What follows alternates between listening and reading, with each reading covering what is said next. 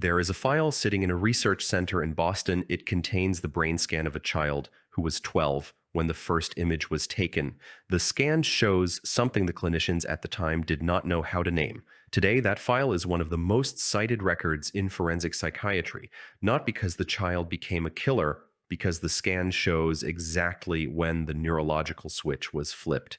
The official story tells us that trauma is something you can talk through, that childhood adversity is a risk factor, a background variable, something a therapist can address with a questionnaire, but the scan does not show background variables. It shows a broken circuit in the prefrontal cortex, a hyperreactive amygdala, a reward system that recalibrated itself before the child reached puberty.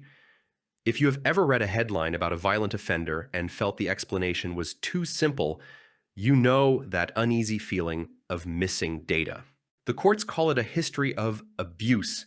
The media calls it a troubled childhood. The scan calls it something else entirely, a permanent alteration in the hardware of impulse control. You recognize that alteration because you have seen the gap between the headline and the truth. Subscribe to uncover the scans that explain what the official story leaves out. In the comments, write permanent alteration. The label the DSM rejected, but the fMRI confirms. The fMRI data from Kent Keel's lab at the Mind Research Network documented this exact pattern across more than 2,000 incarcerated individuals.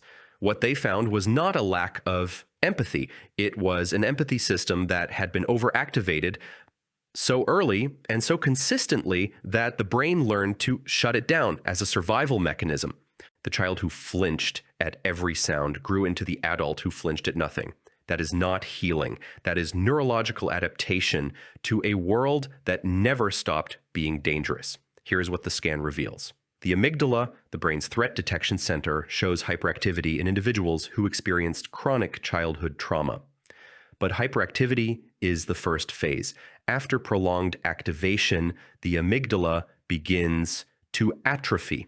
The connections to the prefrontal cortex, the region responsible for rational decision-making and impulse inhibition, degrade. The threshold for violence does not rise, it falls. The person does not become angrier. They become faster to reach the point where anger bypasses the brake. The Dunedin longitudinal study tracked this exact trajectory across 1,037 children born in 1972, following them for 32 years. By age 26, those with documented maltreatment in childhood showed significantly reduced hippocampal volume and impaired executive function. They were not more likely to be sad. They were more likely to be arrested. But here is where the scan breaks the narrative. The disorder that describes this pattern has no official place in the manual. The DSM-5, published in 2013, retained only PTSD as a trauma diagnosis. PTSD was designed for single events, car accidents, combat, assaults. It was never built for the child who was neglected for years, who learned that survival meant scanning every room for threats and trusting no one. A proposal for developmental trauma disorder was submitted in 2005. It was rejected. The committee argued that the symptoms overlapped too much with other disorders. Conduct disorder, oppositional defiant disorder, borderline personality disorder. The child who acts out, they said, is already covered. The child who acts out is not covered. They are misdiagnosed, and the misdiagnosis follows them into every system they encounter. School, juvenile detention, prison. By the time they reach a forensic psychiatrist, their file lists a behavioral disorder, not a trauma history. The scan tells a different story, but the scan is rarely ordered. If this made sense instantly, it is because you already knew. Some people hear this and think it is an excuse. You are not that person. You recognize that understanding the wiring does not excuse the act. It explains why the wiring broke in the first place. The NIJ report published in 2021 examined health records of incarcerated adults across 5 states. 73% reported at least one form of childhood maltreatment. Only 12% had a documented trauma diagnosis in their prison medical file. That gap is not an oversight. It is a structural failure. The system screens for violence risk. It does not screen for what created it. Subscribe to see the scans that document the structural failure the courts ignore. Write this in the comments. What part of this did you already know but never said out loud? The ACE study, the Adverse Childhood Experiences study conducted by Vincent Felitti and the CDC, surveyed 17,337 adults in the mid-1990s. The results were so stark that the researchers initially doubted their own data. A person with an ACE score of 4 or higher was 12 times more likely to have been arrested compared to someone with a score of 0. The relationship was dose-dependent. Each additional adverse experience increased the odds of violent crime by 13%, but the ACE score does not capture the full picture. It measures exposure to events. It does not measure the brain's response to those events. Two children can experience the same neglect. One will develop a trauma scar detectable on fMRI, the other will not. The difference lies in something called the impulse cycle latency, the time between a trigger and a response. A shorter latency means faster reaction, less thoughtful inhibition.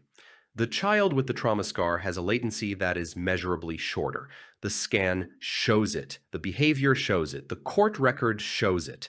The threshold was crossed long before the crime was committed. The question is not why the person acted out.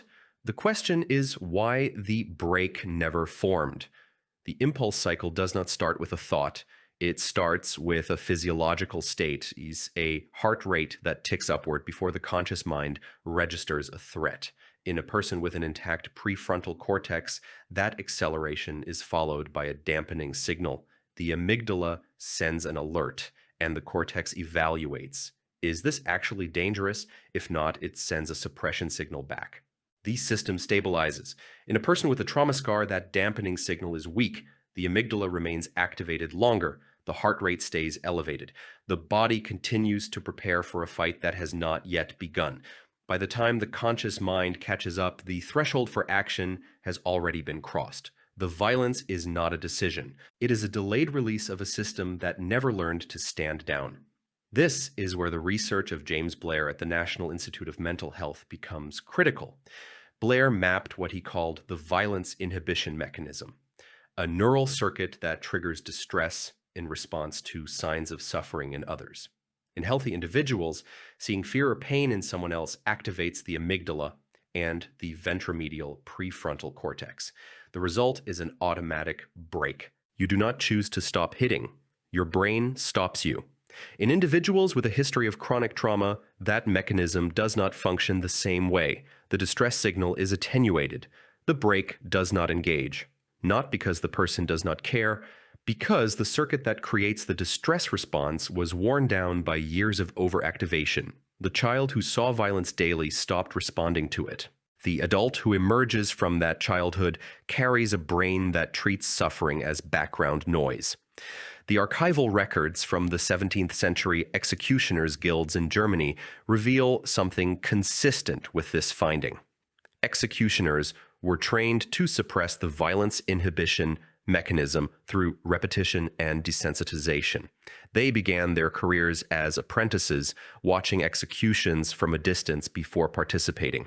Over years, their heart rates during an execution dropped to baseline. Their hands stopped shaking. They reported no emotional response to the act of killing.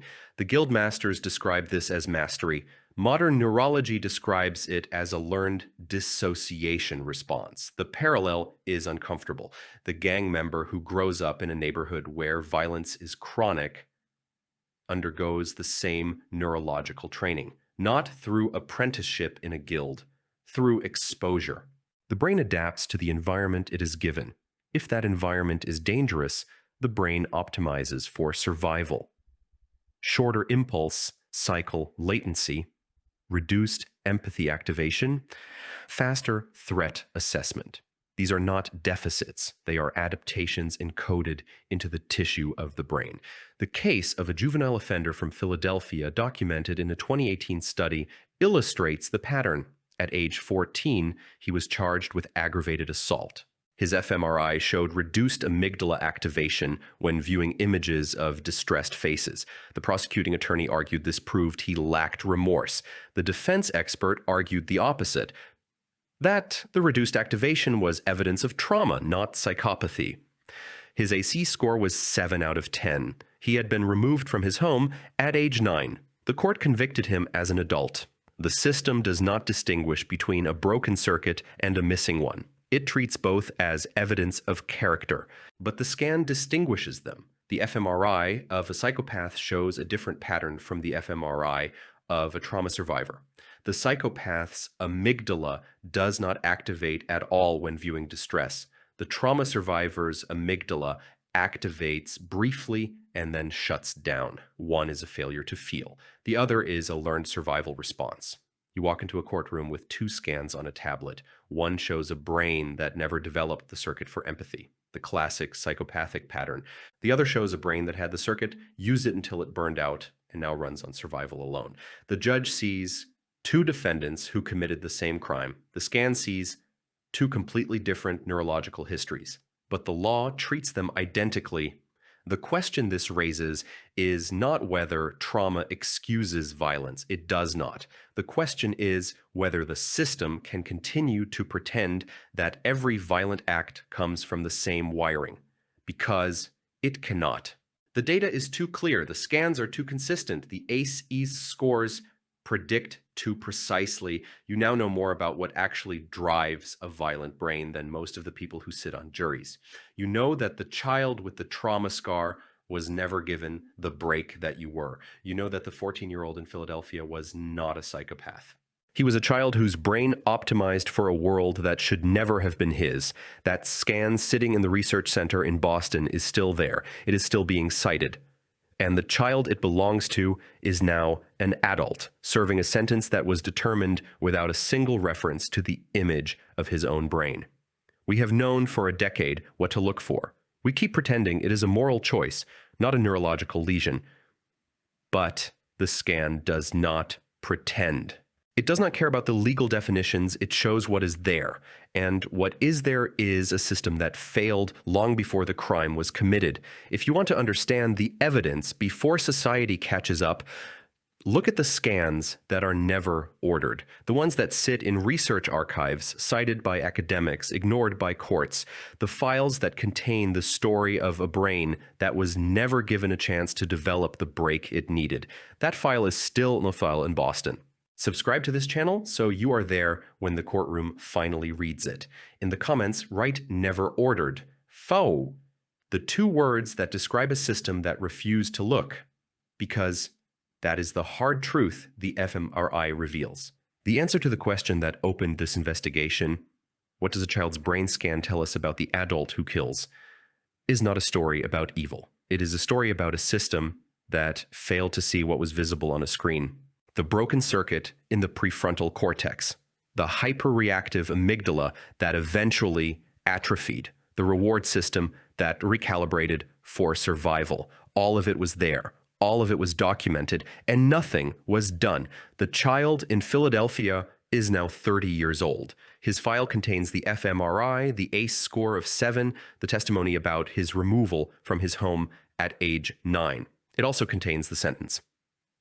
The 2 are in the same folder. No one reads them together. You walked into this knowing that violence feels random. You leave knowing it is not. The scan was always there. The question is not whether we can predict who will kill. The question is whether we are willing to look at the image and admit what it shows. And so far, the answer has been no.